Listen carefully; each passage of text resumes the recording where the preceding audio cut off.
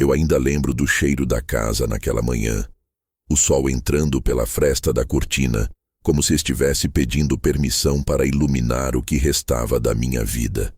Era o terceiro dia depois do velório da minha esposa, e tudo parecia suspenso no tempo, como se cada objeto tivesse sido colocado com cuidado demais, respeito demais, tristeza demais.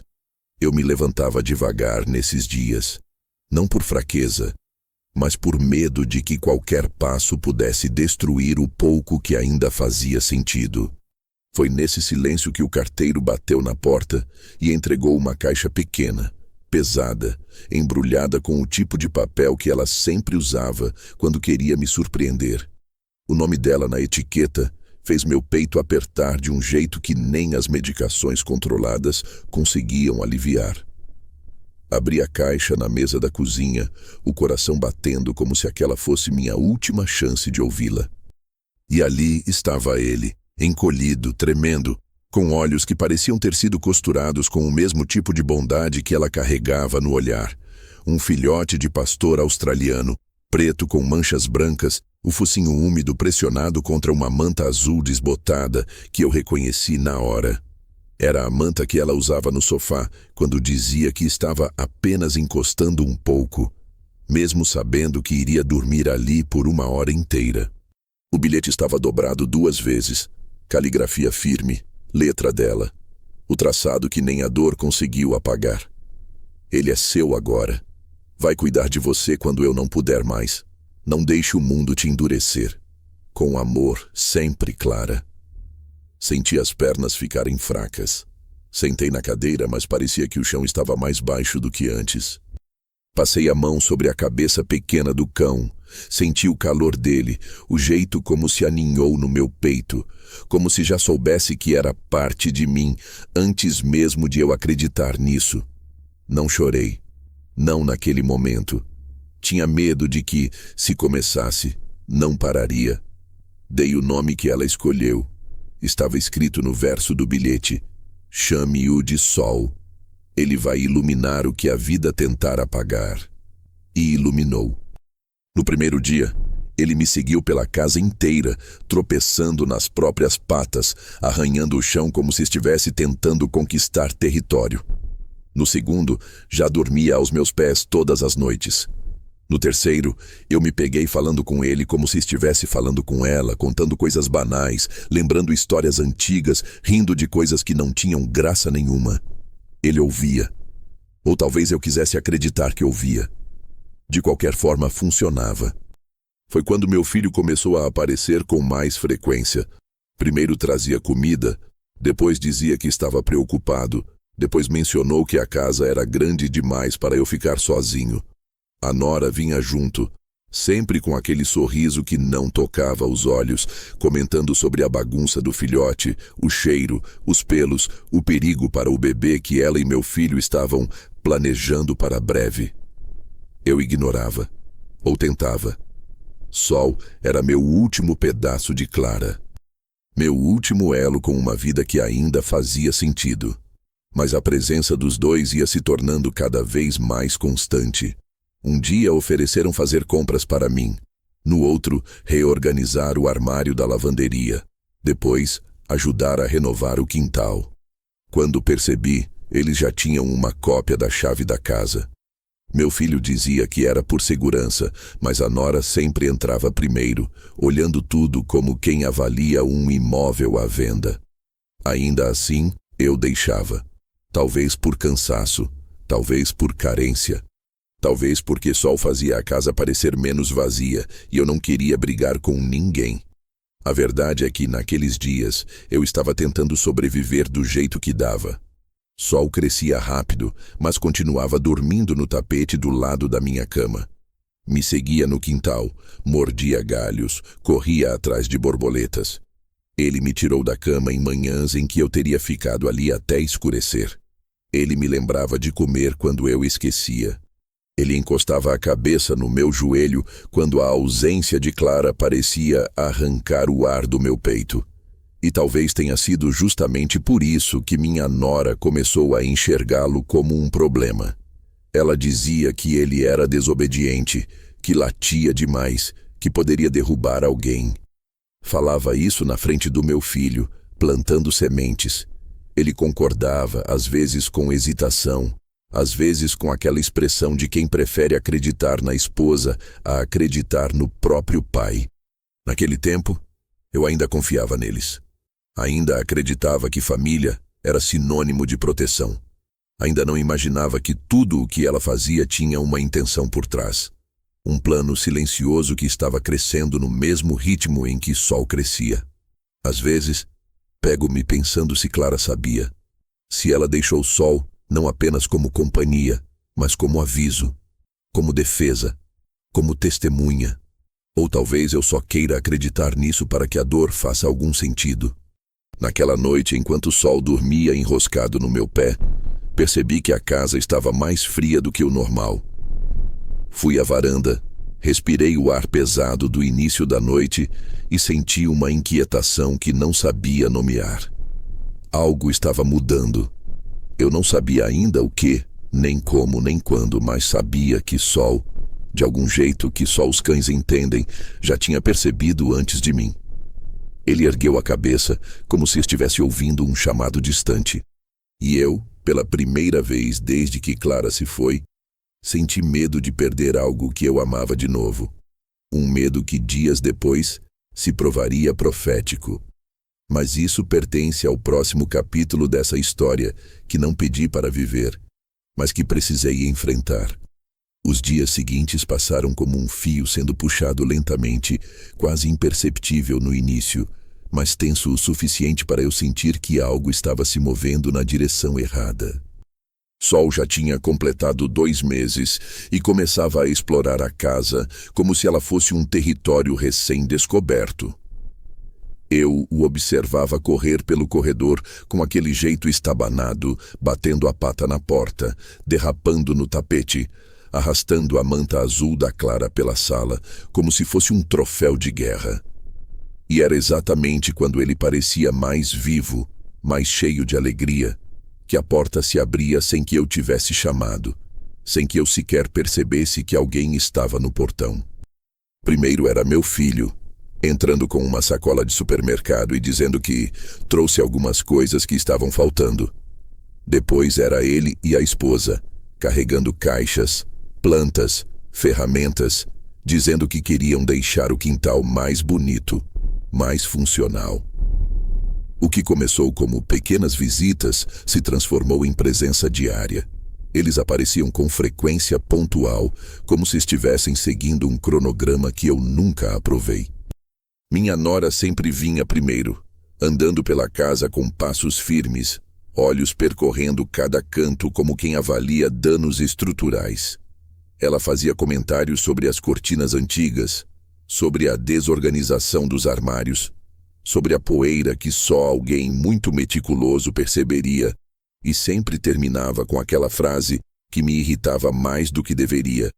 Precisamos dar uma ajeitada nisso aqui. Eu nunca pedi ajuda, nunca pedi nada, mas ela atuava como se estivesse fazendo um favor ao mundo por estar ali, reorganizando minha vida como se fosse uma gaveta bagunçada. Meu filho, coitado, vinha atrás repetindo tudo como um eco mal treinado. A verdade é que ele sempre teve dificuldade de dizer não para mulheres dominantes. E a minha nora era dominância pura. Olhar afiado, sorriso programado, opiniões fortes demais para serem apenas opiniões. Sol, no entanto, parecia saber quem ela era antes mesmo de eu perceber. Ele rosnava baixo quando ela se aproximava demais da minha cadeira. Às vezes recuava, outras vezes se colocava entre mim e ela como se fosse um guardião pequeno demais para a função, mas corajoso o bastante para tentar. Ela dizia que era medo, que era comportamento agressivo, que cães sem treinamento podiam dar trabalho. Eu dizia que ele estava apenas estranhando pessoas novas. Ela respondia com aquele sorrisinho de canto que significava: você não sabe o que está fazendo. Com o tempo, Ela começou a trazer panfletos de adestramento, listas de veterinários, artigos impressos sobre riscos de cães impulsivos perto de crianças. Repetia a palavra criança como quem semeia um plano. Era a mesma palavra que ela usava quando falava sobre querer crescer a família, sobre preparar um ambiente seguro, sobre pensar no futuro. E cada vez que ela dizia futuro, eu sentia meu presente sendo empurrado para fora da casa. A rotina foi se transformando aos poucos e, quando percebi, já não era minha. Eles chegavam cedo, às vezes antes de eu acordar, e iam direto para os fundos, medindo o espaço do quintal, marcando pontos com estacas, discutindo projetos de jardinagem, como se a casa fosse deles. Ela dizia que queria um jardim moderno, minimalista, com pedrinhas claras e vasos grandes. Algo mais clean para quando o bebê chegar. Eu dizia que Clara gostava das flores simples, das cores bagunçadas, da grama alta que balançava com o vento.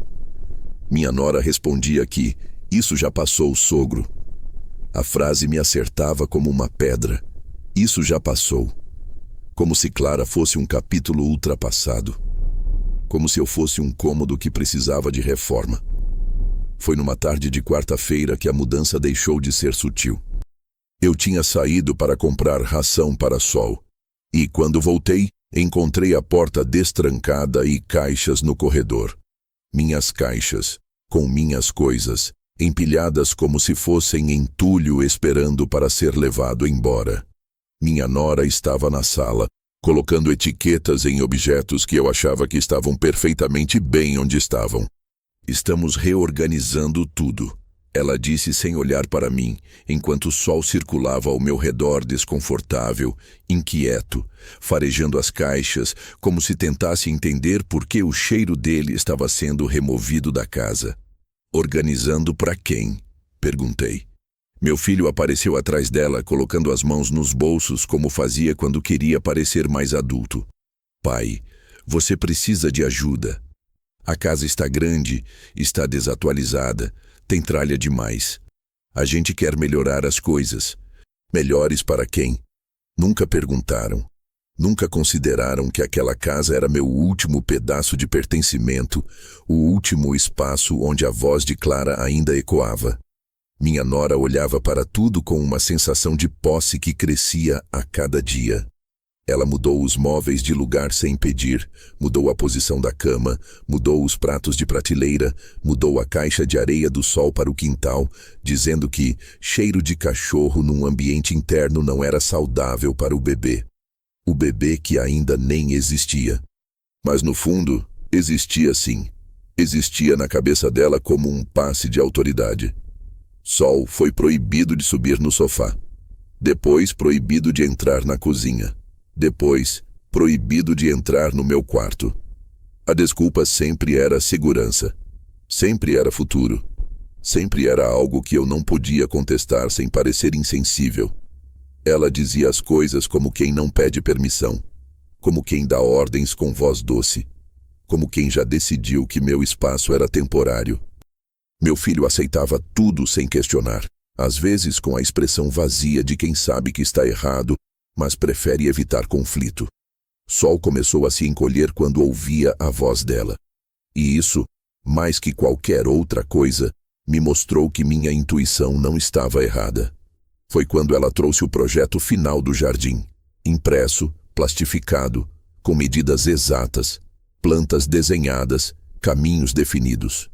Disse que ia começar no dia seguinte, que o quintal precisava ganhar propósito. Fiquei olhando os papéis e tive a impressão de que o propósito ali não era o jardim. Era apagar todos os vestígios de quem eu fui, de quem Clara foi, de quem Sol estava se tornando. O controle dela crescia como raiz enterrada em terra úmida, silencioso, profundo, inevitável. E eu, sem perceber, já começava a perder coisas que me pertenciam. A casa, a rotina, a paz, a autonomia, até Sol.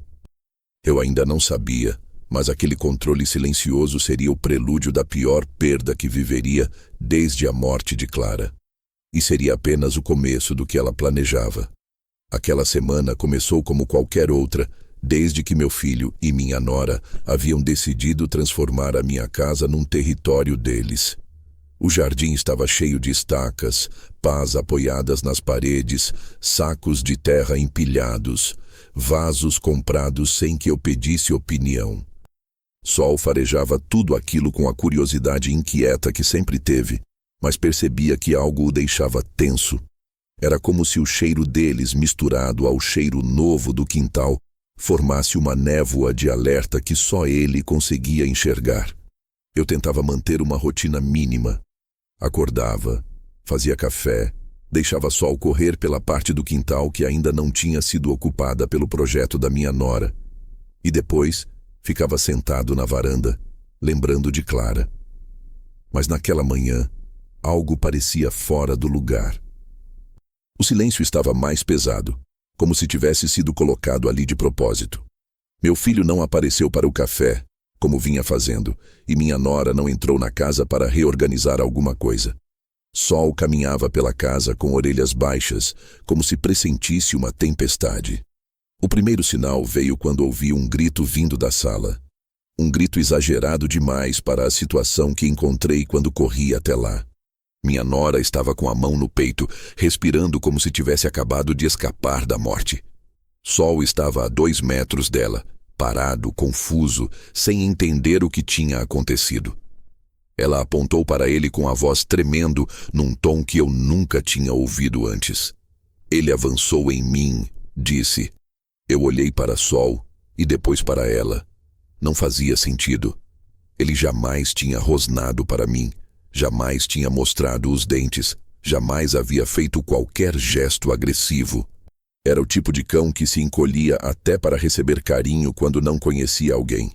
Mas minha nora repetiu a acusação com firmeza, dizendo que ele tinha rosnado, que tinha ameaçado pular, que tinha se tornado imprevisível. Meu filho chegou logo depois, atraído pela comoção, e no instante em que viu a esposa encenando aquele pânico, tomou partido. Disse que aquilo era perigoso, que um cão assim não podia ficar dentro de casa, que com o projeto do jardim e os planos para o futuro, ele poderia machucar alguém. E quando ele dizia alguém, significava o bebê imaginário que eles usavam como justificativa para tudo. Tentei explicar que Sol sempre fora dócil. Tentei dizer que talvez ela tivesse tropeçado, talvez tivesse entendido errado, talvez fosse apenas impressão. Mas minha nora colocou a mão na barriga, como se estivesse protegendo um filho que ainda nem existia, e disse que não se sentia segura com Sol ali. Meu filho começou um discurso sobre responsabilidade, sobre como cães podiam mudar de comportamento, sobre como eu não estava em condições de cuidar dele do jeito correto. Era impressionante como, diante de qualquer conflito, ele recorria a esse discurso de colocar minha idade como prova de incapacidade. Eu não levantei a voz. Não discuti. Apenas fiquei olhando para aquela cena se desenrolar diante de mim, como se estivesse assistindo a um teatro mal ensaiado, no qual eu era o único que sabia que o final já estava escrito. Sol caminhou até mim e encostou a cabeça na minha perna. Pude sentir o tremor leve do corpo dele, uma mistura de medo e confusão. Passei a mão em sua cabeça e ele se acalmou. Minha nora, ao ver aquilo, fez questão de se afastar mais, reforçando a narrativa de que ele era um perigo. Essa imagem, ela recuando teatralmente, meu filho tentando parecer racional, Sol tremendo ao meu lado, ficou presa na minha memória como um presságio. No dia seguinte, quando acordei, percebi que a casa estava silenciosa demais. Sol não estava aos pés da minha cama. Chamei por ele 1 vez, 2, 3, nada. Caminhei pela casa e não o encontrei. A porta dos fundos estava entreaberta. O portão também. Meu filho apareceu minutos depois, com a expressão de quem carrega uma notícia difícil. E minha nora o acompanhava com olhos vermelhos que eu sabia que não eram de choro, mas de esforço para parecer vulnerável. Foi ele quem falou. Pai, aconteceu uma coisa. O Sol, ele atacou o vizinho. Senti meu corpo gelar. Atacou como? Perguntei. E meu filho desviou o olhar. A gente não teve escolha. Ele foi levado para o abrigo municipal e... ele foi sacrificado. Era perigoso demais. Minha nora colocou a mão no ombro dele como se estivesse sustentando alguém ferido, mas eu sabia que aquela encenação era para mim. Senti meu coração bater devagar, pesado, como se estivesse tentando decidir se valia a pena continuar. Minha mente se recusava a aceitar. Eu perguntava detalhes. Qual vizinho? Onde estava o registro? Quem decidiu isso? Mas as respostas eram vagas, imprecisas, desconectadas. Minha nora insistia que tudo acontecera rápido, que ela mesma tinha levado o sol, que tinha sido para proteger a família. Eu não conseguia falar. Não conseguia respirar direito. A imagem do cachorro sendo arrastado para algum lugar frio, sozinho, sem entender por que estava longe de mim, me fez perder as forças. Voltei para o quarto e fechei a porta. Sentei na cama e fiquei ali, olhando para o chão, tentando encontrar no mundo alguma lógica que me ajudasse a suportar aquela dor. Clara tinha me deixado o sol como o último presente, como o último gesto de amor, como companhia para quando eu não conseguisse mais suportar o peso da casa vazia. E em poucos minutos, em poucas palavras, minha nora o arrancava da minha vida sem hesitar, usando a desculpa mais conveniente que encontrou. Naquela noite eu não jantei, não dormi. Passei horas sentado no escuro, a mão ainda procurando o espaço ao lado da cama onde Sol costumava deitar. Era como perder Clara pela segunda vez. E talvez fosse essa a intenção. No fundo, eu sabia que algo estava errado, que aquela história não fechava, que nada daquilo tinha acontecido como eles contavam. Mas eu ainda não sabia que o que minha nora havia feito com Sol era apenas a superfície de um plano muito maior, muito mais calculado, muito mais cruel. Meu erro foi acreditar que a perda dele era o fim da tragédia. Não era. Era apenas o começo. E a verdade só viria à tona 3 dias depois, quando eu vi o impossível acontecendo diante da minha janela. Os 3 dias seguintes passaram como um borrão cinzento, aqueles dias em que o tempo não avança nem recua, apenas se arrasta, puxando a gente como lama. Eu caminhava pela casa sentindo os espaços vazios como feridas abertas. Cada canto trazia uma ausência diferente. A tigela de água continuava no mesmo lugar, onde Sol bebia todos os dias. A manta azul de Clara, que ele arrastava pela sala como se fosse uma extensão dela, estava dobrada sobre o braço da poltrona, mas parecia dobrada de um jeito que eu não lembrava de ter feito. Às vezes eu entrava na cozinha de madrugada achando que ouviria o arranhar suave das patas no chão, mas encontrava apenas silêncio. E era esse silêncio que me devastava mais do que a própria notícia da morte dele. Porque no fundo, embora minha nora houvesse dito que ele fora sacrificado após atacar alguém, nada naquela história fazia sentido. E o silêncio, esse silêncio denso e calculado, parecia ser a única verdade que ela não conseguia esconder. Era o tipo de silêncio que surgia quando alguém mente e precisa que o ambiente colabore. Meu filho veio me ver 2 vezes nesse intervalo, sempre com a mesma expressão cansada, como se estivesse carregando uma culpa que não queria admitir. Ele dizia as mesmas frases ensaiadas. Foi melhor assim. Ele estava imprevisível. Não poderíamos arriscar. Mas evitava os meus olhos. Minha nora, por outro lado, não evitava nada. Aparecia com naturalidade ensaiada, sempre trazendo algo novo para reorganizar, como se quisesse substituir memória por movimento. Colocou flores na sala, mudou as toalhas, instalou um cesto de lavanderia novo, começou a descartar objetos que não tinham mais utilidade.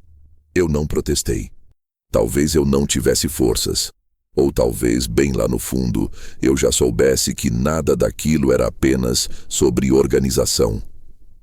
O luto silencioso é uma espécie estranha de tormento. Ele não grita, não faz escândalo, não quebra a gente por fora.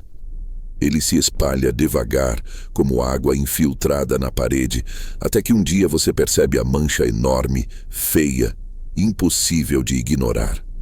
Nos primeiros dias, eu me agarrava a lembranças pequenas para não desmoronar.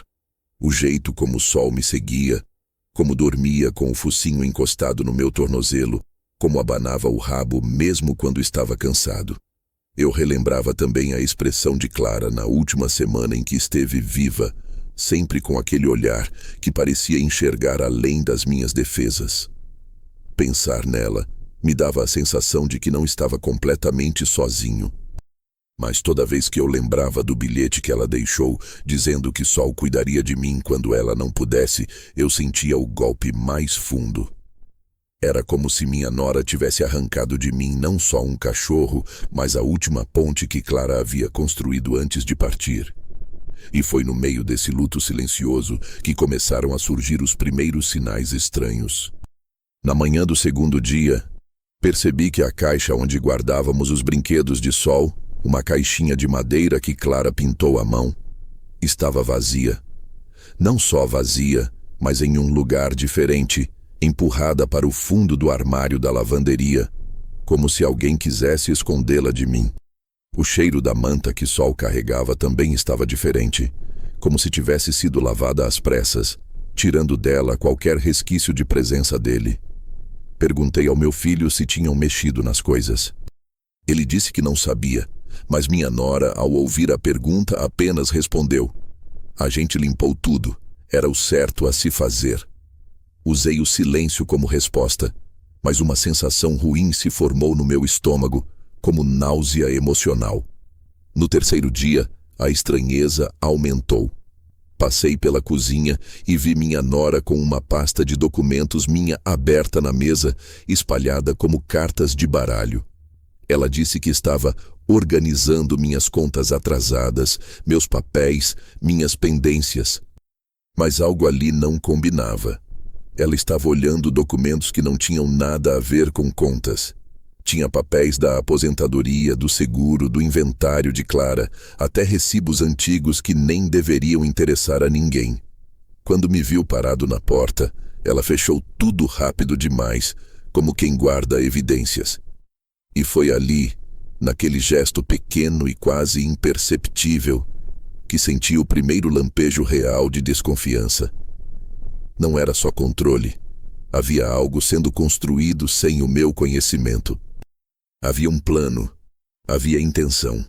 Naquela noite, enquanto tentava dormir, escutei passos no quintal. Não passos pesados, mas leves, repetidos, como se alguém estivesse circulando em volta da casa. Olhei pela janela, mas estava escuro. Mesmo assim, senti que não estava sozinho. Senti uma presença. Senti algo velho e familiar se aproximando, mas não tive coragem de abrir a porta. O luto às vezes faz a gente enxergar coisas que não existem, e eu não sabia mais se podia confiar nos meus sentidos. Até que na manhã seguinte, às 6h20 da manhã, quando abri a cortina da sala e olhei para o quintal, finalmente vi. Vi algo que fez o ar sumir do meu peito, que fez meu corpo ficar paralisado. Vi Sol, de pé, vivo, sujo de terra, cavando freneticamente o jardim novo que minha nora havia construído. Meu coração disparou. Meu corpo gelou. Minha mente se recusou a aceitar o que meus olhos estavam vendo. Mas ele estava ali, exatamente como sempre foi, do jeito que só poderia ser ele. E foi naquele instante, naquele movimento desesperado das patas dele cavando a terra com urgência, que entendi que meu luto não era a única coisa que estava sendo manipulada. Que Sol não tinha sido sacrificado. Que a história toda era mentira. E que aquilo que ele estava cavando, aquilo que minha nora tinha enterrado, era muito mais grave do que eu poderia imaginar.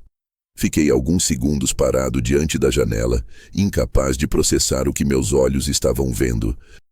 A luz da manhã batia no quintal com aquele brilho pálido e amarelado que sempre antecede o calor, e Sol estava ali, como se nunca tivesse desaparecido, como se nunca tivesse sido levado daqui, como se nunca tivesse sido sacrificado. O pelo estava sujo, embolado com manchas de terra seca, e os movimentos eram rápidos demais, frenéticos, quase desesperados. Ele cavava o jardim recém-revisto com uma intensidade que eu nunca tinha visto antes, como se estivesse tentando alcançar algo que estava vivo, algo que precisava ser descoberto, algo que para ele era mais importante do que a própria fome ou o cansaço. Meus primeiros pensamentos foram tão absurdos que me senti ridículo por tê-los. Pensei que talvez fosse outro cachorro igual. Pensei que talvez eu estivesse sonhando. Pensei que a dor da perda e a solidão estivessem me fazendo enxergar sombras onde não havia nada. Mas quando o sol levantou a cabeça por um segundo e olhou diretamente para a janela, com aqueles olhos que sempre reconheceriam os meus, senti o peso da verdade cair sobre mim como uma marreta. Era ele, vivo, em carne, osso, medo, urgência. Meu corpo se moveu sozinho. Abri a porta dos fundos devagar, com receio de que qualquer ruído pudesse assustá-lo, e dei apenas 2 passos antes de Sol correr na minha direção. Ele não latiu, não chorou, não fez festa. Apenas encostou o focinho no meu joelho, respirando rápido, e depois voltou correndo para o buraco que estava abrindo, como se estivesse me pedindo para segui-lo. Obedeci. Claro que obedeci. Eu me aproximei do jardim, aquele espaço que durante dias tinha sido manipulado, medido, redesenhado pela minha nora com uma precisão quase obsessiva. A terra estava recém-revirada, com camadas de pedras brancas espalhadas por cima, colocadas com capricho falso para esconder algo que até aquele instante eu não fazia ideia do que seria. Sol cavava bem no centro do projeto. Exatamente ali onde ela tinha dito que queria colocar o ponto focal do jardim, o centro das atenções, o local onde tudo precisava harmonizar perfeitamente. Harmonizar. Essa palavra me atravessou como uma lâmina fina. Eu me ajoelhei com cuidado, ainda carregando a sensação fantasma de ter perdido aquele cachorro para sempre. Passei a mão na cabeça dele e disse baixinho que estava ali, que estava tudo bem, que não ia deixá-lo de novo. Ele me olhou por um segundo com uma mistura de alívio e urgência e voltou a cavar. A terra estava mais fofa do que deveria estar. Era como se tivesse sido mexida recentemente. Aquilo nem fazia mais parte de um jardim. Era um esconderijo. E enquanto o sol cavava, senti meu peito se fechar numa mistura de raiva, medo e previsões que eu não queria aceitar. A cada camada de terra que ele afastava, eu sentia que me aproximava de uma verdade que minha nora jamais quis que eu descobrisse. Meu coração batia rápido demais. Uma parte de mim ainda tentava entender como o sol tinha sobrevivido, como tinha fugido, onde tinha sido levado. Mas outra parte, mais silenciosa e mais atenta, me dizia que as respostas estavam enterradas ali, debaixo daquelas pedras. Naquele ponto que minha nora tinha escolhido com tanto zelo, no único lugar do quintal que ela havia tocado com as próprias mãos. Depois de alguns minutos, Sol soltou um ganido curto, como se tivesse finalmente encontrado o que procurava. Ele recuou apenas o suficiente para eu ver. Havia uma caixa metálica, pequena, retangular, com arranhões profundos nas laterais e terra grudada nas dobradiças. Uma caixa claramente enterrada não há muito tempo. E há 3 dias, momento em que minha nora me assegurou que Sol estava morto. Meus dedos tremeram quando tirei a caixa da terra. Ela era mais pesada do que parecia, como se carregasse algo denso, algo que não deveria estar naquele lugar. Sol sentou ao meu lado, olhando a caixa fixamente, como se soubesse que aquilo era parte do motivo pelo qual tinham tentado afastá-lo de mim. Abri a caixa devagar. O cheiro metálico misturado com terra invadiu meu nariz. Lá dentro havia papéis. Muitos papéis. Envelopes com meu nome, documentos que eu nunca tinha visto, cartões que não deveriam existir, recibos de transações que não fiz, folhas com assinaturas que pareciam minhas, mas não eram. Cada coisa que eu pegava tinha um peso emocional que fazia minha visão embaraçar. Meu nome estava por toda parte, mas não havia uma única ação minha ali. Era como se alguém tivesse recriado pedaços da minha vida para usá-los contra mim. A cada folha que eu tirava, sentia a verdade se aproximando com violência. Aquilo não era apenas negligência, não era apenas manipulação doméstica, não era apenas intromissão. Era crime. E Sol, de alguma forma inexplicável, tinha encontrado o esconderijo perfeito desse crime. Ou talvez minha nora tivesse cometido o erro de subestimar não apenas a mim, mas aquele cachorro. Levantei os olhos para o resto do jardim. De repente, nada mais ali parecia decoração. As pedras brancas pareciam marcadores de algo. Os vasos grandes pareciam esconder estruturas. Os caminhos desenhados pareciam rotas planejadas. Era como se cada parte do jardim tivesse sido desenhada para distrair, cobrir, enterrar. Não uma lembrança, mas uma ação, uma intenção, um esquema.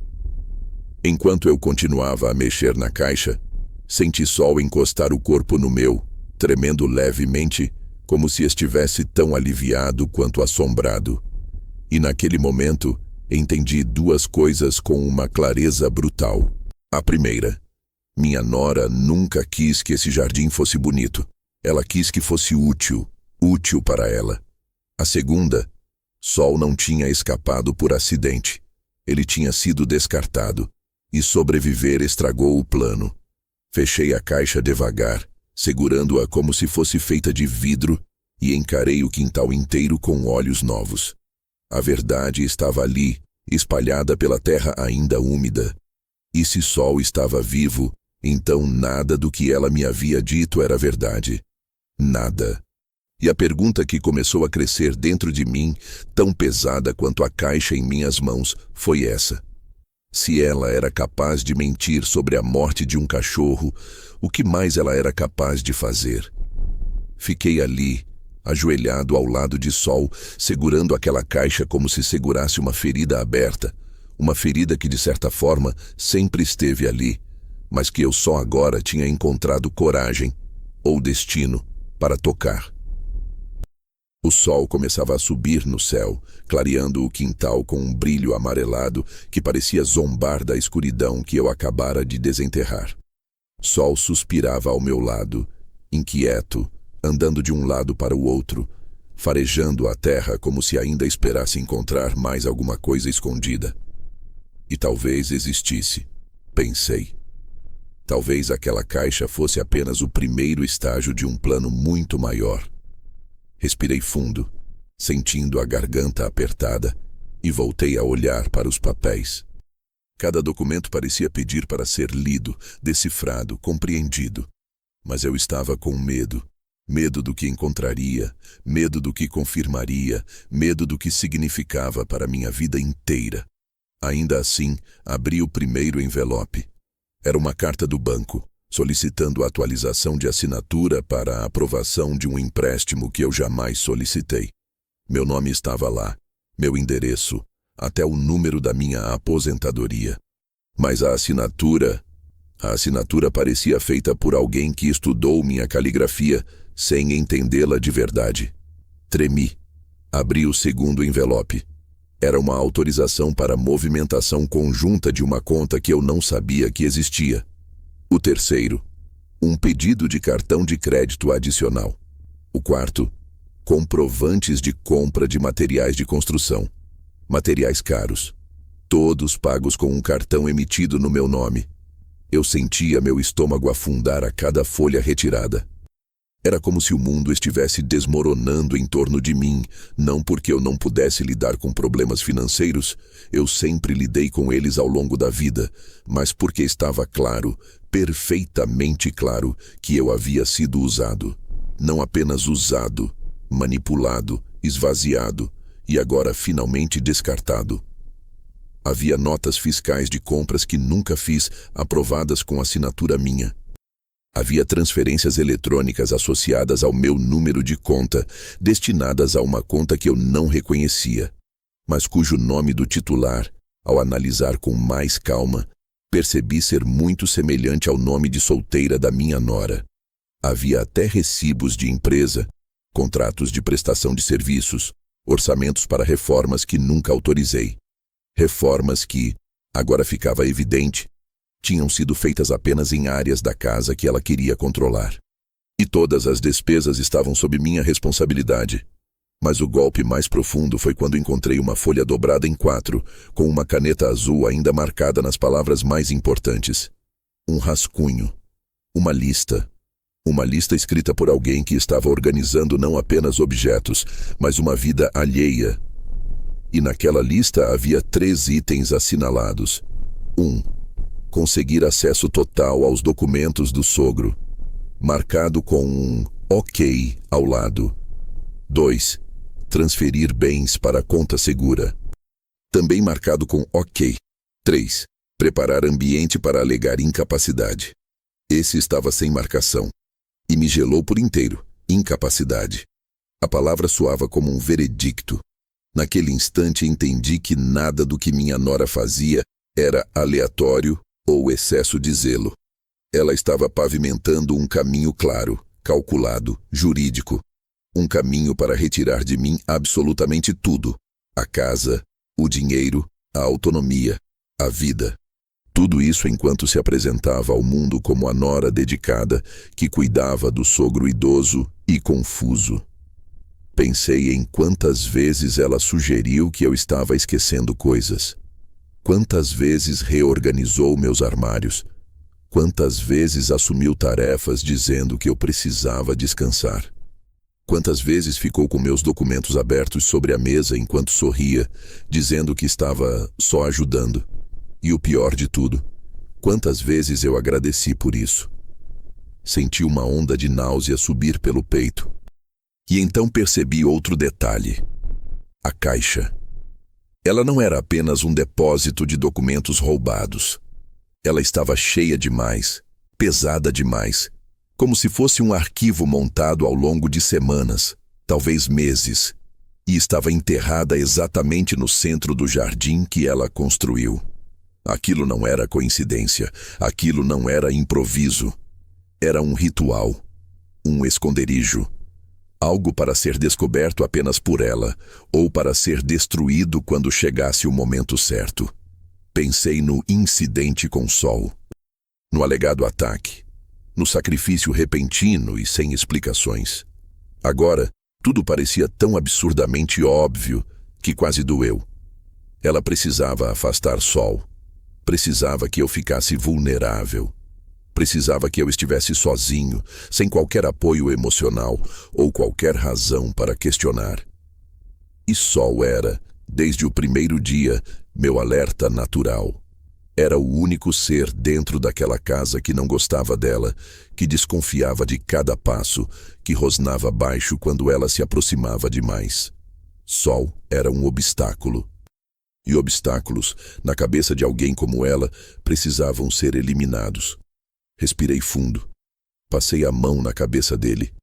Ele encostou o focinho na minha palma, como quem pede desculpas por ter desaparecido. E percebi, naquele gesto simples, que o que ele cavou não foi apenas um buraco no jardim. Ele cavou a verdade. Cavou o início da queda dela. Cavou a prova que ela jamais imaginou que alguém pudesse encontrar. Eu me levantei devagar, segurando a caixa, sentindo o peso físico e moral dela. Olhei ao redor do quintal como se estivesse vendo tudo pela primeira vez. As pedras alinhadas, os vasos grandes, os cantos que ela delimitou. Agora eu sabia que aquele jardim não era um gesto estético. Era um esconderijo funcional, calculado. Era o centro de um plano que envolvia minha ruína completa. E ao perceber isso, senti algo dentro de mim mudar. Não era raiva, embora houvesse raiva. Não era medo, embora houvesse medo. Era clareza. Uma clareza que só pessoas muito machucadas ou muito velhas conseguem alcançar. Aquela caixa não era apenas prova. Era munição. E eu sabia que essa descoberta mudaria tudo daqui para frente. Não apenas para mim, não apenas para Sol, mas para qualquer um que tivesse acreditado na versão dela. O jardim, O suposto incidente, o sacrifício inventado, todas as mentiras, todas as manipulações, tudo estava prestes a se desfazer. Porque eu finalmente via o que ela tentou esconder. E pela primeira vez desde que Clara morreu, senti algo parecido com força voltar para dentro de mim. Uma força feita de verdade, de dor e de justiça. E eu sabia que, a partir daquele instante, nada mais seria como antes. Passei o resto daquela manhã dentro de casa, sentado à mesa da cozinha com a caixa aberta diante de mim, enquanto o sol dormia aos meus pés, como se finalmente pudesse descansar. Talvez ele sentisse que tinha cumprido sua missão, que tinha revelado o que precisava ser visto, que tinha trazido à superfície algo que nunca deveria ter sido enterrado. Eu acariciava a cabeça dele automaticamente, sem perceber, enquanto meus olhos percorriam, pela 10ª ou talvez pela 100ª vez, cada documento, cada assinatura falsificada, cada transação feita à sombra da minha desatenção e da minha confiança mal colocada. Era como reconstruir um crime em tempo real. Um crime que tinha sido cometido lentamente, em pequenas doses diárias, nas entrelinhas dos dias comuns, nas manhãs em que eu acordava, achando que o mundo ainda era seguro. Cada papel contava uma parte da história que minha nora estava escrevendo às minhas custas. E quanto mais eu lia, mais percebia que o plano dela era muito maior do que apenas tomar controle da casa. Ela tinha começado a montar uma narrativa legal e emocional em torno de mim. Uma narrativa que, se concluída, me transformaria num homem incapaz, vulnerável, frágil. Alguém que precisaria de tutela dela. O item não marcado na lista, preparar ambiente para alegar incapacidade, agora fazia sentido demais.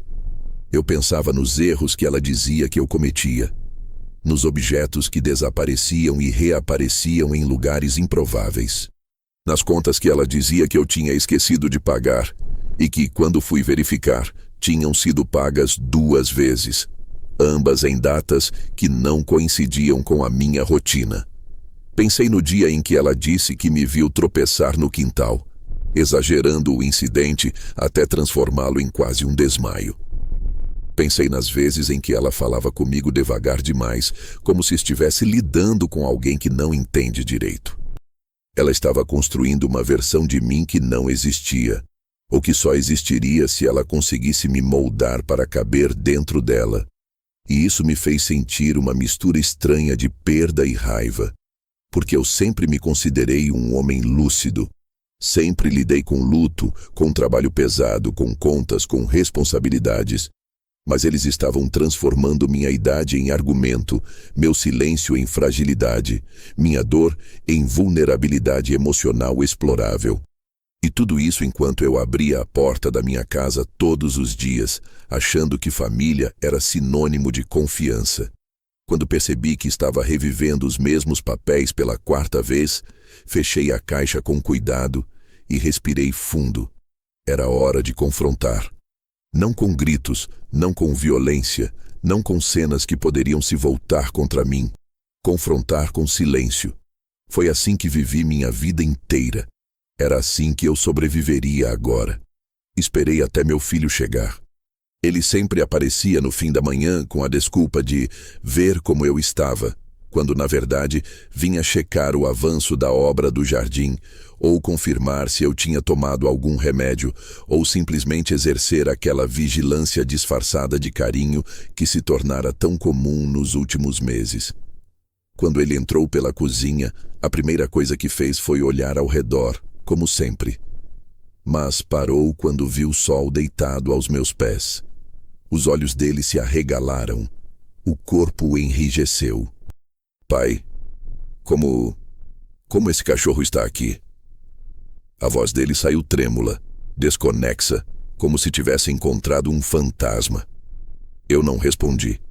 Apontei com a cabeça para a vista do quintal, onde o buraco ainda estava aberto, e ele seguiu meu olhar. No instante em que viu o buraco, um pânico real tomou conta dele. Ele olhou para mim. depois para o buraco, depois para a caixa na mesa. E naquele momento eu soube que ele reconhecia tudo o que estava acontecendo. Ele sabia do que se tratava. Ele sabia que aquilo não era apenas mais uma limpeza do quintal. Ele sabia que aquilo era o começo do fim. "O que você encontrou aí?" Ele perguntou com a voz baixa demais.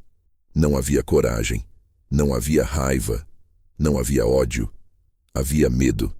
Medo de quem sabe que a verdade finalmente saiu da sombra. Eu puxei a caixa para mais perto de mim e abri, deixando que ele enxergasse os papéis expostos. "Você sabe o que é isso?" perguntei. Ele respirou fundo, olhou por alguns segundos e depois desviou o olhar, como quem não aguenta ver o próprio reflexo. "Pai, não é o que parece." Eu quase ri. Rir de incredulidade, de cansaço, de perceber que até aquele momento ele acreditava que eu era moldável demais para perceber. "Então me explica o que parece", respondi. Sol se levantou devagar, posicionando-se entre nós dois como se ainda estivesse em alerta.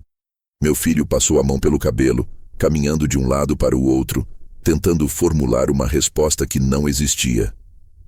"Ela não queria te machucar." Ele olhou para mim com olhos cansados, frágeis, perdidos. "Ela só queria organizar as coisas, pai. Você anda esquecendo muita coisa. Você anda..." E ali estava. A palavra não dita entre as frases. Incapaz. Eles queriam me transformar nisso. "Você ajudou?" perguntei. O silêncio dele foi a confirmação mais cruel que já recebi. Ele não concordou abertamente. Não assinou nada. Não planejou nada, mas deixou acontecer. Fechou os olhos. Permitiu. E permitir às vezes é a pior forma de traição. Ela disse que a gente ia conseguir deixar tudo pronto antes de te contar. Ela disse que ia ser pelo seu bem. Eu não respondi. Não havia nada que eu pudesse dizer que fizesse sentido naquele momento. Então apenas levantei da mesa, peguei a caixa com uma calma que eu nem sabia que ainda tinha e caminhei até o corredor. "Pai, espera.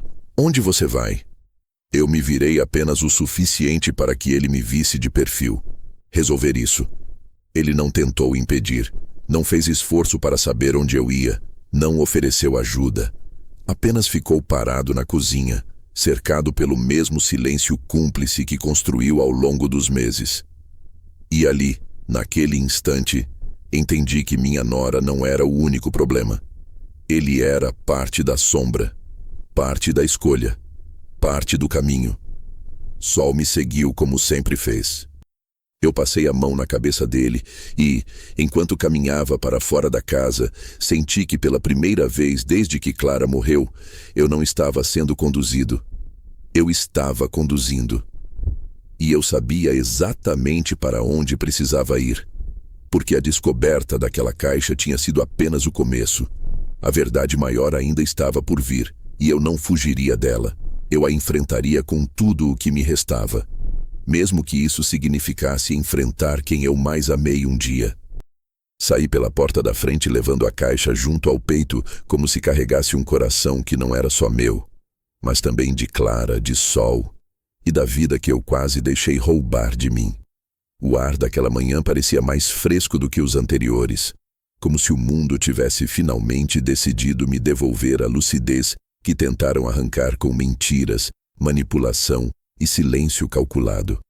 Sol caminhava ao meu lado, atento, como se entendesse que estávamos entrando num território perigoso, mas necessário. A cada passo eu sentia o peso da descoberta anterior se reorganizando dentro de mim, transformando-se não mais em dor ou desorientação, mas em clareza. Eu sabia que precisava de ajuda, mas não de qualquer ajuda. Precisava de alguém que conhecesse a mim, a minha história, e principalmente a história de Clara. Alguém que entendesse o valor de verdade, integridade e legado. Foi então que lembrei do único nome capaz de me oferecer isso: o advogado da minha esposa. Ele era um homem que Clara confiava profundamente. Ela sempre dizia que ele tinha sido crucial durante o processo do inventário da família, depois que a mãe dela morreu, e que ele era alguém que entendia mais de pessoas do que de códigos.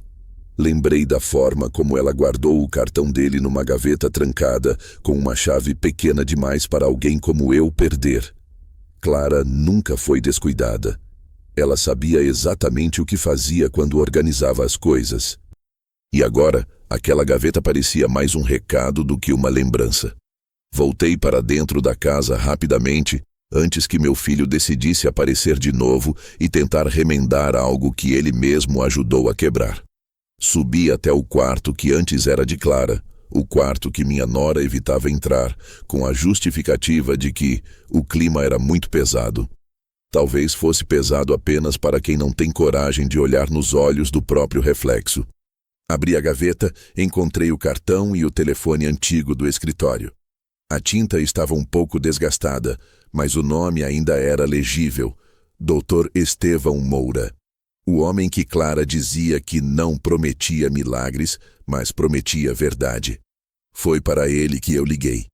Ele atendeu com aquela voz firme, pausada, tão característica de alguém que aprendeu a ouvir antes de falar. Eu disse meu nome. Ele ficou em silêncio por alguns segundos, um silêncio carregado de memória, antes de perguntar como eu estava. Eu respondi apenas: "Preciso falar com você. É urgente." Ele não hesitou. "Venha quando quiser." E foi o que eu fiz. Coloquei a caixa dentro de uma sacola grossa, prendi Sol com a coleira, não porque eu quisesse limitá-lo, mas porque o mundo ao contrário dele não estava do nosso lado, e fui até o carro. Cada passo que eu dava parecia me devolver algo que tinha sido arrancado de mim. Como se minha nora tivesse passado meses apagando minha identidade e naquele momento eu estivesse recuperando peça por peça. Durante o caminho, minha mente revisitava as últimas semanas com uma lucidez cruel. Pensei no jeito como minha nora sorria ao reorganizar meus documentos. No modo como ela falava de futuro, com um brilho nos olhos que não incluía o meu. No momento em que ela anunciou que Sol tinha sido sacrificado, sem emoção, sem culpa, sem sequer uma sombra de arrependimento. Agora eu entendia tudo. Ela precisava que eu ficasse desorientado, sozinho, fragilizado. Precisava que eu cedesse, que assinasse papéis sem questionar, que concordasse com coisas que eventualmente me fariam perder tudo. E meu filho, ele simplesmente acompanhou. Não propositalmente, talvez, mas acompanhou. O tipo de omissão que machuca mais do que um golpe direto. Sol estava inquieto no banco de trás. Quando parei no semáforo, ele encostou a cabeça no meu ombro como fazia quando era filhote. Eu senti aquele toque como um lembrete de que ainda havia algo de puro no mundo, algo que não podia ser manipulado, mentido ou enterrado. Quando cheguei ao escritório do Dr. Estevão, ele me recebeu na porta. Um homem alto, de cabelos brancos, olhos escuros e atentos. Ele olhou para Sol e sorriu de um jeito respeitoso, quase humano demais para um advogado. "Pelo que estou vendo, você já não está tão sozinho quanto acha." Apenas concordei. Entramos. Sentei-me diante dele. Não comecei com choro nem desespero. Comecei com fatos. Abri a caixa sobre a mesa dele e deixei que os papéis falassem por mim. Ele analisou cada documento com a precisão de alguém acostumado a lidar com mentiras maquiadas de boas intenções. Às vezes respirava fundo. Às vezes franzia o rosto. Às vezes me olhava por cima dos óculos, como se estivesse tentando medir o tamanho do buraco em que eu tinha sido colocado. "Isso é muito sério", disse ele após alguns minutos. "Ela está tentando construir um caso contra você. Um caso de incapacidade." Eu apenas confirmei com a cabeça. Ele continuou. "E não só isso. Ela já começou a movimentar dinheiro em seu nome. Isso é crime. Crime de verdade. Não esses pequenos golpes domésticos que geralmente resolvemos com conversa." Eu fiquei em silêncio. Ele abriu mais documentos. "E ela não fez isso sozinha", completou. Seu filho pode não ter criado o plano, mas ele claramente assinou parte das autorizações. Meu peito apertou. Mesmo sabendo, mesmo tendo visto, doeu ouvir aquilo em voz alta. Ele percebeu. Eu sei que é difícil, disse, mas você precisa se proteger, e precisa fazer isso agora. Ele começou a escrever, organizar papéis, montar uma pasta nova. E pela primeira vez em muito tempo, senti que não estava lutando sozinho. Nós vamos desmontar esse plano ponto por ponto, ele disse. Mas não com brigas, não com confrontos emocionais, com provas. Provas como essas. Ele tocou a caixa. E sabe o que é mais irônico? Completou, olhando diretamente para mim. Ela enterrou a própria destruição no quintal que ela mesma construiu. Aquela frase me atravessou como uma espada afiada. Clara teria gostado daquela ironia. Ela sempre dizia que quem planta maldade colhe desastre. E naquele momento, pela primeira vez desde que Sol desapareceu, eu senti uma fagulha de vitória silenciosa nascer dentro de mim. Não era vingança pura, não era ódio, era justiça. Justiça por mim, por Clara, por Sol, por tudo que tentaram me tirar. O Dr. Estevão fechou a pasta, empurrou-a para mim e disse: a guerra começou, mas ela não está preparada para a sua verdade. E eu, ao me levantar, senti a presença de Clara ao meu lado, quase tão nítida quanto a de Sol. Eu não estava mais no papel do velho manipulável que ela tentou construir. Eu era novamente quem sempre fui, e não havia mais espaço para recuar. Saí do escritório do doutor Estevão com a pasta embaixo do braço e a sensação estranha de que o chão sob meus pés finalmente tinha voltado a ser firme. Não porque o perigo havia passado, mas porque agora eu tinha nomeado o inimigo, visto seu rosto e compreendido exatamente a extensão do veneno que vinha sendo destilado dentro da minha própria casa. Enquanto eu caminhava pelo corredor estreito do prédio, Sol vinha ao meu lado, atento, farejando cada canto como se estivesse certificando-se de que éramos realmente livres para seguir adiante, como se fosse minha sombra viva, e era assim que, de certo modo, eu me sentia, acompanhado por uma força silenciosa que me impedia de desmoronar novamente. No carro, coloquei a pasta no banco do passageiro e fiquei olhando para ela por alguns segundos. Aqueles papéis não eram apenas provas, eram cicatrizes.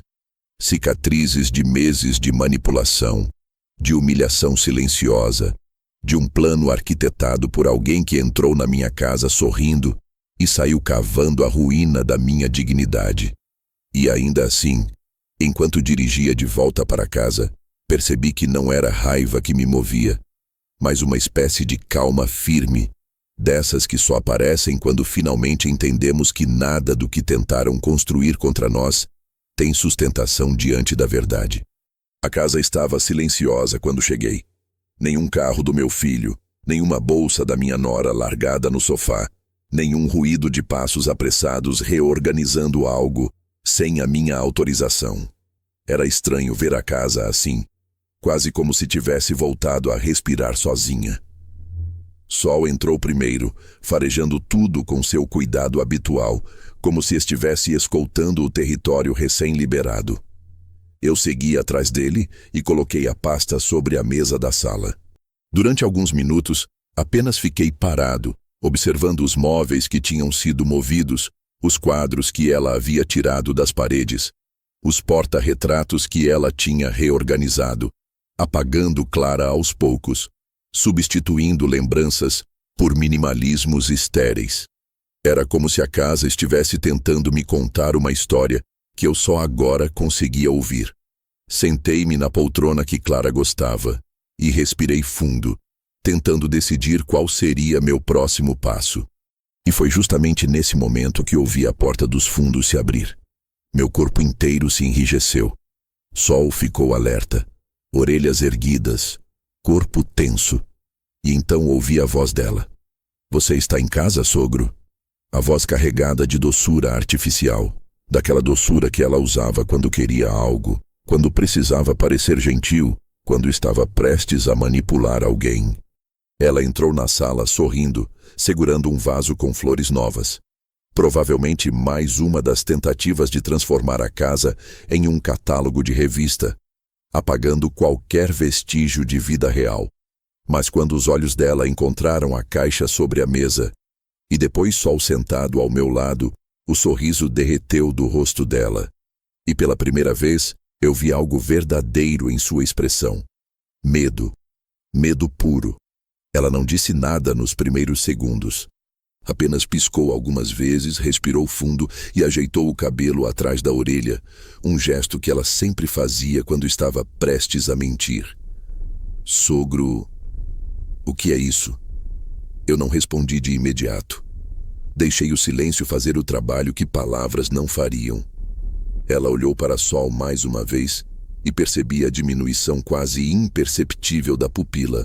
O choque de ver vivo o animal que ela jurou ter sacrificado.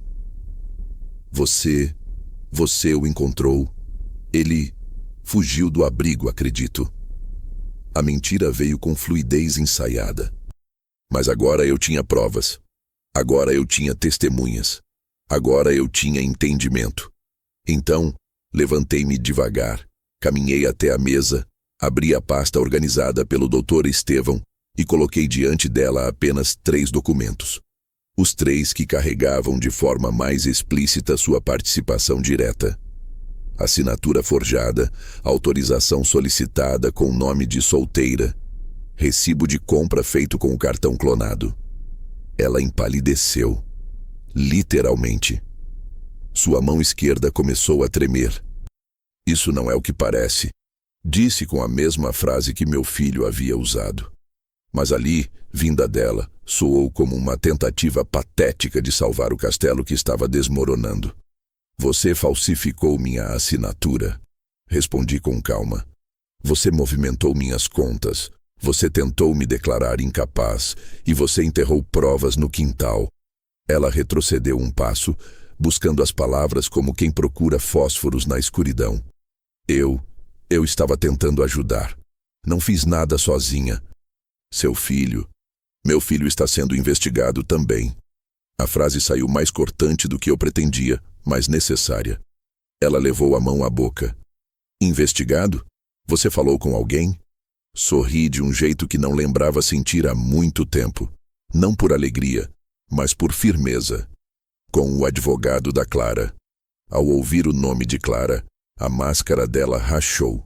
Rachou profundamente. Era como se, de repente, ela percebesse que Clara estava presente naquela sala, não como fantasma, mas como justiça. Ela tentou se recompor, respirou fundo, tentou sorrir. Sogro, você está se confundindo. Essas coisas podem ser explicadas. Podem, respondi. No tribunal, ela prendeu a respiração. E então começou a falar muito rápido, misturando desculpas com acusações, dizendo que eu estava sendo injusto, que ela só queria o melhor para a família, que eu a tratava como uma estranha, que Sol era perigoso, que o jardim precisava de reforma, que eu estava paranoico. Cada palavra dela era como uma pá, jogando mais terra sobre a própria cova. Sol rosnou baixo, um som grave, protetor. Foi a primeira vez que ele rosnou daquele jeito desde que o encontrei no quintal. E aquilo pareceu quebrar completamente o controle emocional dela. Esse cachorro devia ter ficado no abrigo, ela gritou, antes de perceber o que havia acabado de admitir. O silêncio depois da frase foi ensurdecedor. Olhei profundamente nos olhos dela e disse, com a mesma calma de Clara, quando sabia que tinha vencido uma discussão. Não houve abrigo. Você nunca o levou. Você mentiu e vai responder por isso. Ela engoliu seco, recuando até encostar nas paredes que ela mesma reposicionou. E então, como uma cortina caindo no palco, a porta da frente se abriu e meu filho entrou. Seu olhar encontrou a caixa, depois Sol, depois a expressão desesperada da esposa. O que está acontecendo aqui? Perguntou, já sabendo a resposta. Ela correu até ele, Segurou seu braço, começou a falar de maneira atropelada, dizendo que eu estava distorcendo as coisas, que estava inventando acusações, que Sol era perigoso, que encontrou documentos soltos e interpretou errado. Meu filho olhou para mim, depois para ela, depois para a caixa. Você sabe dizer o momento exato em que uma pessoa percebe que perdeu. O rosto dele revelou isso em silêncio. Ele sabia. Ele sempre soube. Apenas escolheu ignorar. Sol caminhou até ele e encostou o focinho em sua perna. Ele não reagiu. Apenas deixou que o cachorro fizesse aquilo, como se precisasse daquela pequena absolvição. Eu falei com o advogado. Eu disse: as providências já foram tomadas. As autoridades serão notificadas. E vocês dois vão sair da minha casa. A frase caiu pesada no ar, preenchendo cada canto com uma justiça que eu sentia como uma lufada de ar limpo. Minha nora começou a chorar. Não um choro de arrependimento, mas de perda. Perda de controle, de plano, de vantagem. Meu filho estava imóvel. Quando finalmente falou, sua voz era baixa, quebrada. Pai, eu não sabia que tinha ido tão longe. Não respondi. Não havia nada a ser dito que pudesse reconstruir o que ele deixou quebrar. Apenas apontei para a porta. Ele entendeu. Eles saíram. Não houve mais gritos, nem justificativas, nem tentativas de manipular. Apenas a constatação de que a queda havia começado e que eu não iria impedir. Sol se aproximou de mim, colocou a cabeça no meu joelho e soltou um suspiro profundo, desses que aliviam o peito mesmo quando não entendemos o que significam. Eu passei a mão nele e senti uma paz estranha, mas verdadeira. Clara tinha razão. Sol era para cuidar de mim quando ela não pudesse mais. E foi exatamente isso que ele fez. Naquela tarde, fiz a denúncia com todos os documentos em mãos, acompanhado do advogado e de Sol, que agora tinha registro oficial como parte da investigação. O cão que encontrou a prova. O cão que trouxe a verdade. O cão que eles tentaram apagar. E naquela noite, ao entrar em casa e ver tudo finalmente quieto, senti algo que não sentia desde que Clara partiu. Liberdade. Naquela noite, depois que a denúncia foi registrada e todas as assinaturas foram dadas com a solidez que minha nora jamais esperou que eu ainda tivesse, voltei para casa com Sol, sentado no banco do passageiro, olhando pela janela, como se também soubesse que estava testemunhando o primeiro dia da nossa vida nova. A rua estava silenciosa, as luzes dos postes refletiam no asfalto úmido e a casa, a minha casa, parecia finalmente respirar sozinha, sem intrusos, sem manipulações escondidas em cada canto, sem passos apressados, tentando reescrever minha história como se eu fosse apenas um obstáculo a ser removido. Quando abri a porta, não acendi nenhuma luz. Deixei que a penumbra abraçasse a sala e senti que, pela primeira vez desde a morte de Clara, aquele silêncio não doía. Era um silêncio que acolhia, não que esmagava. Sol entrou devagar, farejando tudo com tranquilidade, sem medo, sem tensão, como se estivesse também percebendo que o ar dentro daquela casa finalmente não carregava mais ameaça. Sentei-me na poltrona que antes pertencia a Clara e fiquei ali, deixando o corpo afundar, sentindo que parte de mim desmoronava, mas não como fraqueza, como alívio. Era o desmoronar de um castelo ruim, de uma mentira que durou meses e que finalmente colapsara sob o peso da própria arrogância. Peguei a caixa com os documentos e a coloquei aos meus pés, não para revisá-la, mas para lembrar que mesmo quando não estava mais aqui, Clara continuava cuidando de mim. Ela sempre soube escolher aliados. Quando dei por mim, percebi que estava segurando a manta azul que Sol arrastava pela casa desde filhote. O tecido tinha o cheiro dele. Um pouco de terra, um pouco de vida, um pouco do passado que ainda se recusava a ser apagado. E foi naquele instante, com a manta nas mãos, e Sol deitado no tapete olhando para mim com aquela expressão de fidelidade que só os cães conhecem, que algo dentro de mim finalmente cedeu. Chorei. Não um choro desesperado ou descontrolado, mas um choro silencioso, contínuo, daqueles que limpam, expulsam, reorganizam. Chorei por Clara, por Sol, por mim mesmo, pelo homem que eu quase tinha deixado de ser.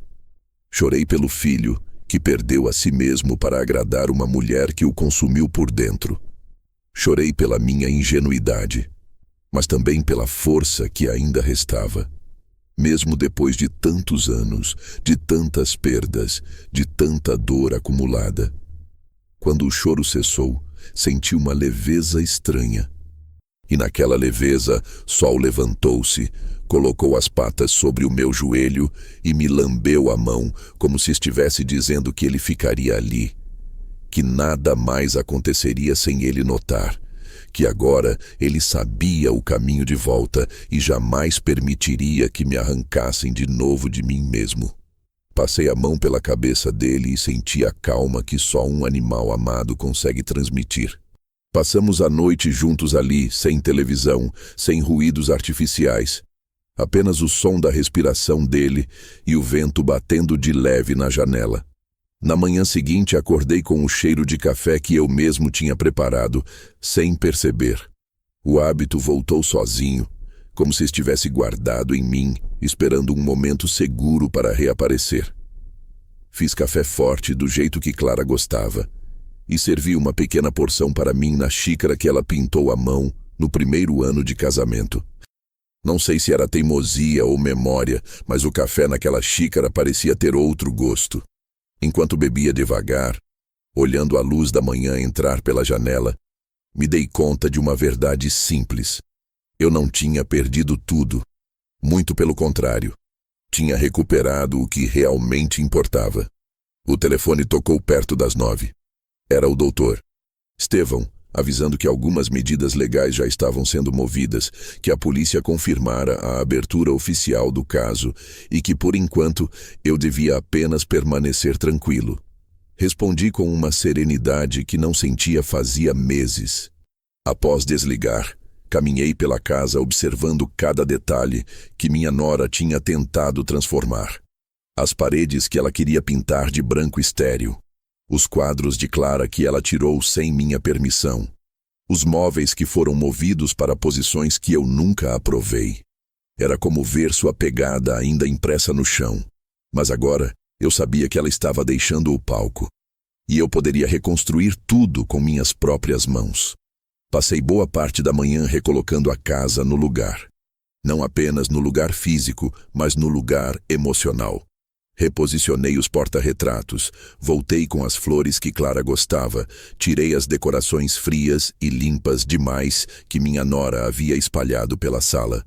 E enquanto fazia isso, senti que estava resgatando a voz de Clara, peça por peça. No meio da arrumação, encontrei um envelope que não estava ali antes. Era um envelope antigo, amarelado, guardado atrás de alguns livros que minha nora havia removido de prateleiras e recolocado em lugares aleatórios. O envelope tinha a caligrafia de Clara. Meu coração disparou. Sentei no sofá, respirei fundo e abri. A carta começava com a frase que ela sempre dizia quando queria que eu realmente prestasse atenção. Se você está lendo isso, é porque aconteceu algo que eu temia. Continuei lendo, sentindo as palavras dela entrarem no meu peito como se fossem mãos quentes segurando meu coração. Ela falava da preocupação que tinha com a minha vulnerabilidade emocional depois da morte dela, do temor de que pessoas próximas, mesmo sem intenção, pudessem tentar ocupar espaços que não pertenciam a elas, e que eu, na minha tristeza, pudesse permitir. Mas o trecho que mais me marcou foi este. Eu sei que você confia demais, meu amor. E é por isso que deixei alguém para te proteger. Não apenas Sol, mas a verdade. E a verdade sempre encontra um modo de aparecer. Quando terminei de ler, fiquei em silêncio absoluto. Era como se Clara estivesse ali, sentada ao meu lado, com aquele sorriso leve e sábio que sempre me desmontava. A verdade tinha aparecido, não por acaso, não por destino, mas porque ela sempre soube que a minha história não terminaria no luto, nem na manipulação, nem na traição. A verdade apareceu porque eu ainda estava vivo. E porque Sol estava aqui para me lembrar disso. Nos dias seguintes, a investigação avançou. Meu filho tentou me ligar algumas vezes, mas eu não atendi. Não por raiva, mas por entender que certas conversas só podem acontecer quando a pessoa do outro lado está disposta a olhar a verdade de frente. E ele ainda não estava. Minha nora, por outro lado, entrou em completo silêncio. Nenhuma tentativa de contato. Nenhuma mensagem. Nenhuma explicação. Era o silêncio de quem sabe que o castelo caiu e que fugir é a única forma de não ver os próprios escombros. Sol passou a dormir ao lado da minha cama novamente. E com isso, a casa voltou a ter um ritmo que eu achava que tinha perdido para sempre. Um mês depois, recebi a confirmação de que o processo criminal seguiria adiante. Eu não sorri, não comemorei. Apenas respirei com a sensação de que a justiça estava sendo feita. Clara teria descansado com isso. E eu também. Foi então que decidi recomeçar. Não fugir. Recomeçar. Encontrei uma casa pequena, perto da praia, com um quintal simples onde Sol poderia correr livremente. Não precisava de muito. Só de paz. E no dia da mudança, enquanto colocava a caixa com os últimos objetos dentro do porta-malas, Sol subiu sozinho no banco de trás, como se soubesse que aquele era o próximo capítulo. Fechei a porta da casa antiga, olhei para as paredes que testemunharam tanto e sussurrei um obrigado para Clara, para Sol, para mim mesmo. Porque eu sobrevivi. Porque eu resisti. Porque eu saí. A estrada até a praia era longa, mas leve. Quando chegamos, Sol desceu correndo e cavou o primeiro buraco na areia, com a mesma energia com que cavou a verdade, meses atrás. Sorri, porque agora eu sabia exatamente o que ele estava fazendo. Celebrando. E eu celebrei com ele. À noite, sentei-me na varanda, ouvi o som do mar e pensei em tudo que perdi, e em tudo que ganhei. A casa pequena era minha, a liberdade era minha. Sol estava vivo, eu estava vivo. E, acima de tudo, o legado de Clara estava intacto. O legado dela não era a dor, era a sabedoria, era a verdade. Era o amor que deixa luz mesmo quando parte. E foi nessa luz que adormeci, pela primeira vez em muito tempo, em paz inteira.